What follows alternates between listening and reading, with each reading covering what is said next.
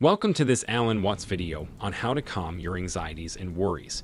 In today's fast-paced and uncertain world, it's easy to become overwhelmed by stress and anxiety. But according to Alan Watts, a philosopher and spiritual teacher, there are ways to find peace and tranquility amidst the chaos. Through his teachings, Alan Watts emphasizes the importance of living in the present moment and letting go of our fears and worries about the future.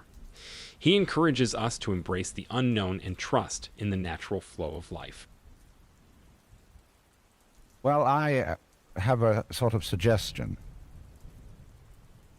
and that is this: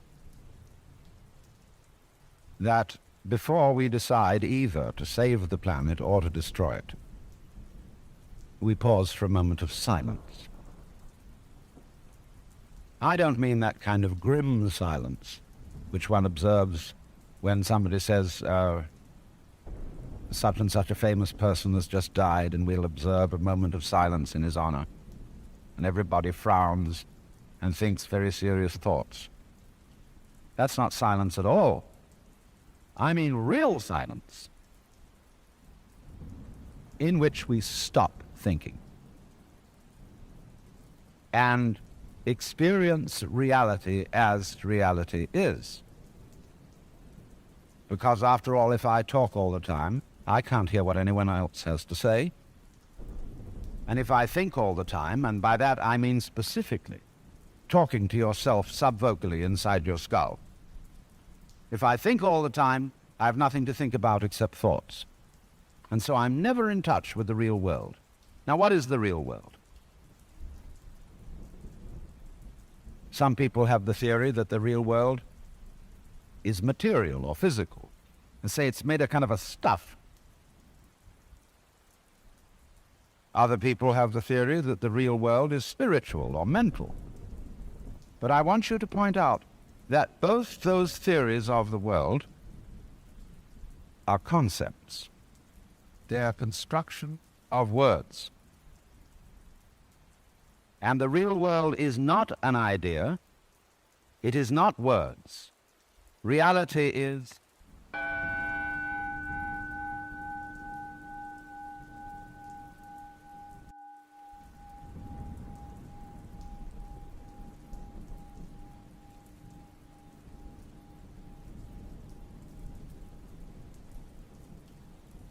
you will find, therefore, that if you get with reality, all sorts of illusions disappear.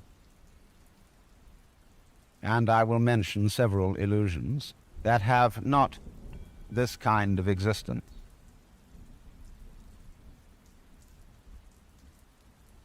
Let's begin with some very down-to-earth ones, like money.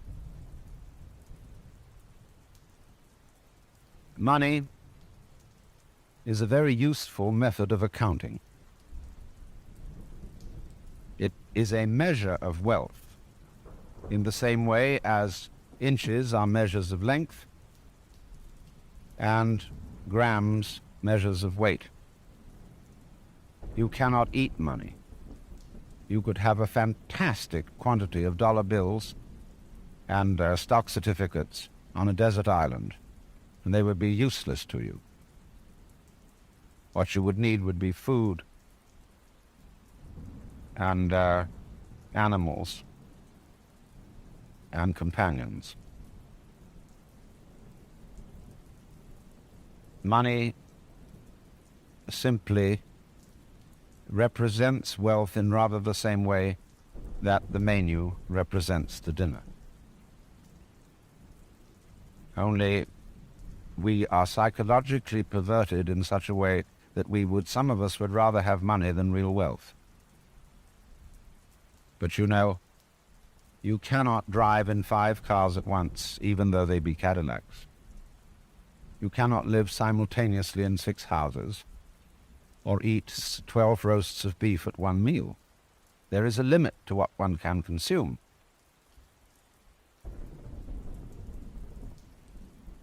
So that's one of the sort of confusions I'm talking about. I once talked to a woman who came to me and said she was afraid of death. And we went into it in a long conversation. I said, what are you really afraid of? And she thought it over, and he said, do you know, what I'm going to be afraid of is what other people are going to say. They're going to say, poor old Gert, she couldn't last it through. Because you see, who you think you are is entirely dependent on who people have told you you are. You're not that. Then another thing that bothers us is time. Most people nowadays say, I have no time. Of course you don't. Because you are not aware of the present. You know, the present is represented on your watch by a hairline that is as thin as possible as is consistent with visibility. And so everybody thinks the present is, instead of,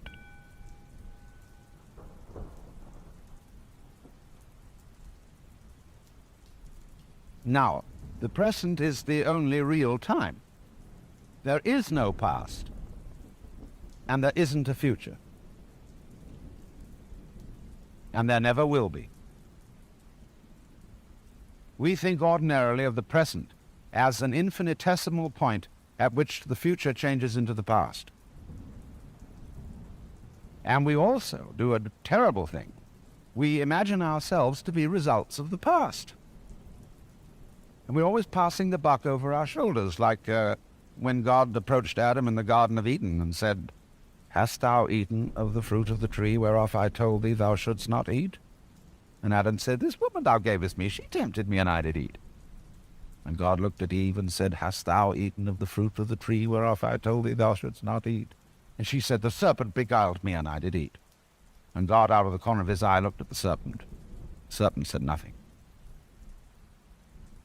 So you see, we're always passing the buck. We don't realize that the past is caused by the present, as the wake of a ship flows back from the prow. Now, the wake doesn't drive the ship any more than the tail wags the dog. But we've all got excuses. When my mother had a fit while she was carrying me in the womb, they didn't bring me up right. And then they go to the mother and say, how is it that you could have been so irresponsible with your children? And she says, well, it was my parents didn't bring me up right either. And so everybody passes the buck.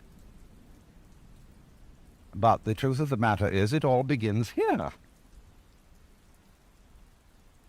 This is where the creation begins. And you're doing it and won't admit it. Because, of course, you're all God in disguise. Jesus found that out, and they crucified him for saying so. Because the Jewish people had a sense of God as the cosmic king, the boss. It was modeled on Pharaoh, on Cyrus of Persia. The King of Kings and the Lord of Lords was Cyrus's title. Kyrie eleison means Cyrus, have mercy on us. But you don't have to think of God in that image. When modern Protestant theologians of the sort of liberal type are saying God is dead, they mean not that literally, they mean a certain image of God is dead. Outworn. Because it was, after all, an idol. And when it says, thou shalt not make to thyself any graven image, it doesn't mean merely images of wood and stone, which nobody took seriously anyway.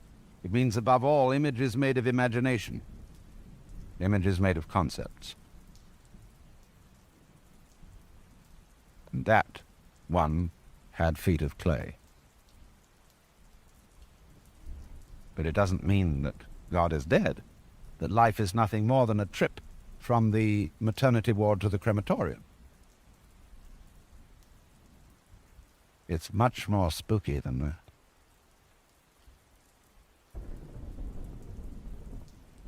Much more wonderful.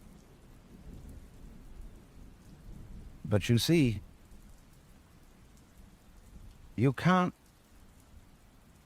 conceive reality. We could say God is reality. But if I call this the sound of a gong, it isn't the same as this. You see? The sound of a gong is a different sound from that sound. The sound of a gong, the sound of a gong, the sound of a gong, the sound of a gong is not.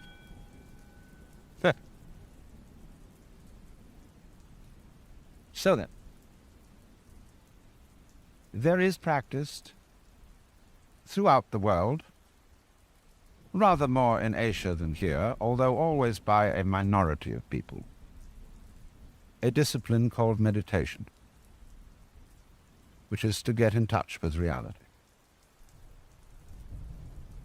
The word meditation in English doesn't have quite the same meaning, because when we talk of someone meditating, we think of deeply pondering about something. When the Orientals are asked, what do you meditate on? They look slightly puzzled. We don't meditate on anything. We just meditate. In Sanskrit it is called jhana. In Chinese it is called chan. In Japanese it is called zen. And it means, very simply, to stop thinking. Temporarily. Not again that thinking is something bad. But if you don't, you have to stop thinking at certain times. Once you get the knack of that, you can do it even while you're thinking.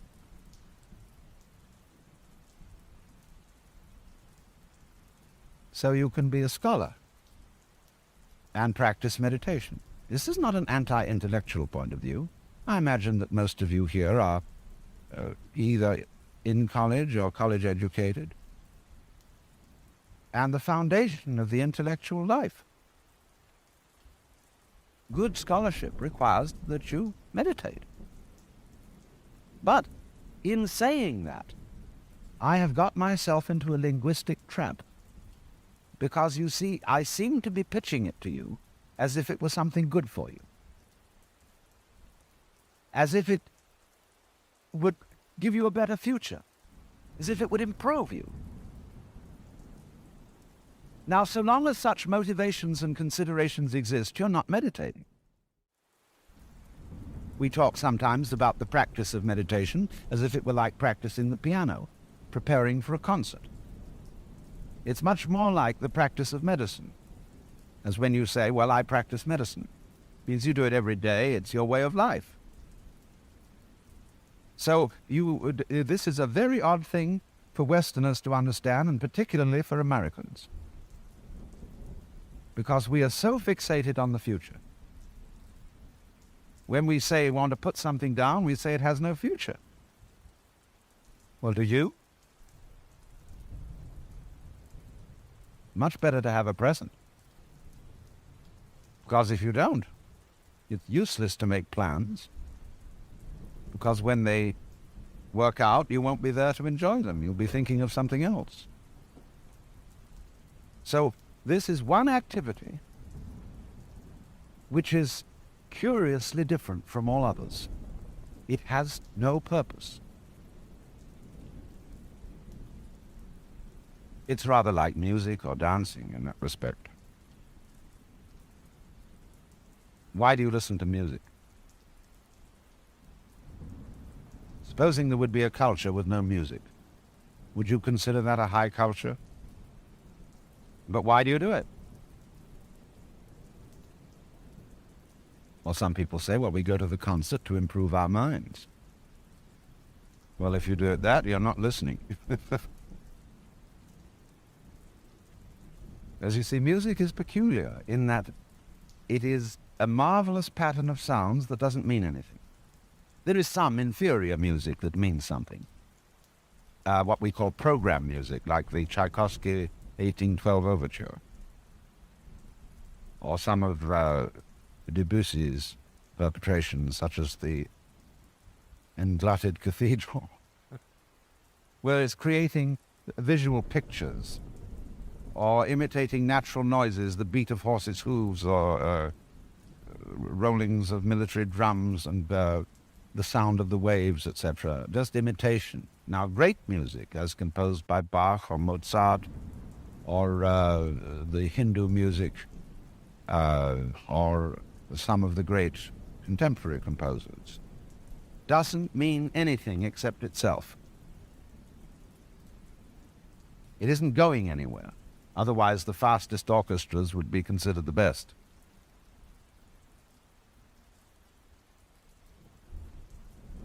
So we, in music, become centered. We come into the present. Not a hairline present, mind you. It's an expanded present, because if you had a hairline present, you wouldn't be able to hear one note after another. You wouldn't know what note you'd heard before. So you couldn't hear melody.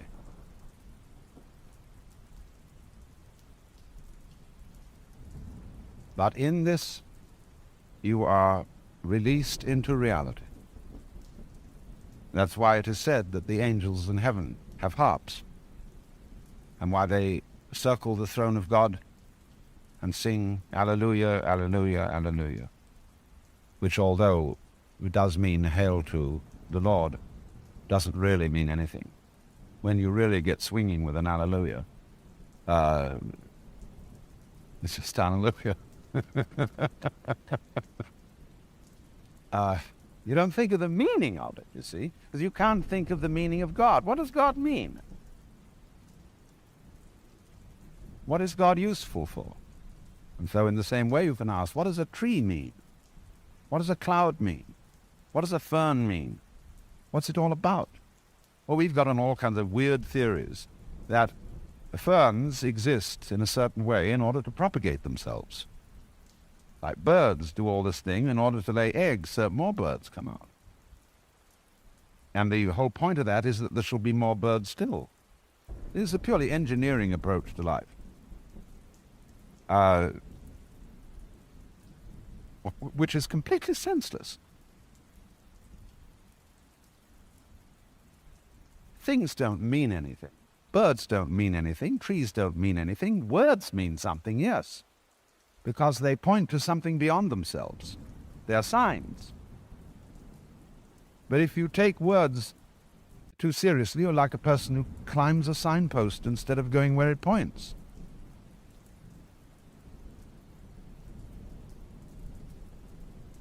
And so if you suddenly say, but my life has no meaning, you're identifying yourself with a word. And that's what we do. If I would identify myself with Alan Watts, that would be identifying myself with a concept, with words. A rather complicated mess of words, to be sure. But still, I would have made that mistake.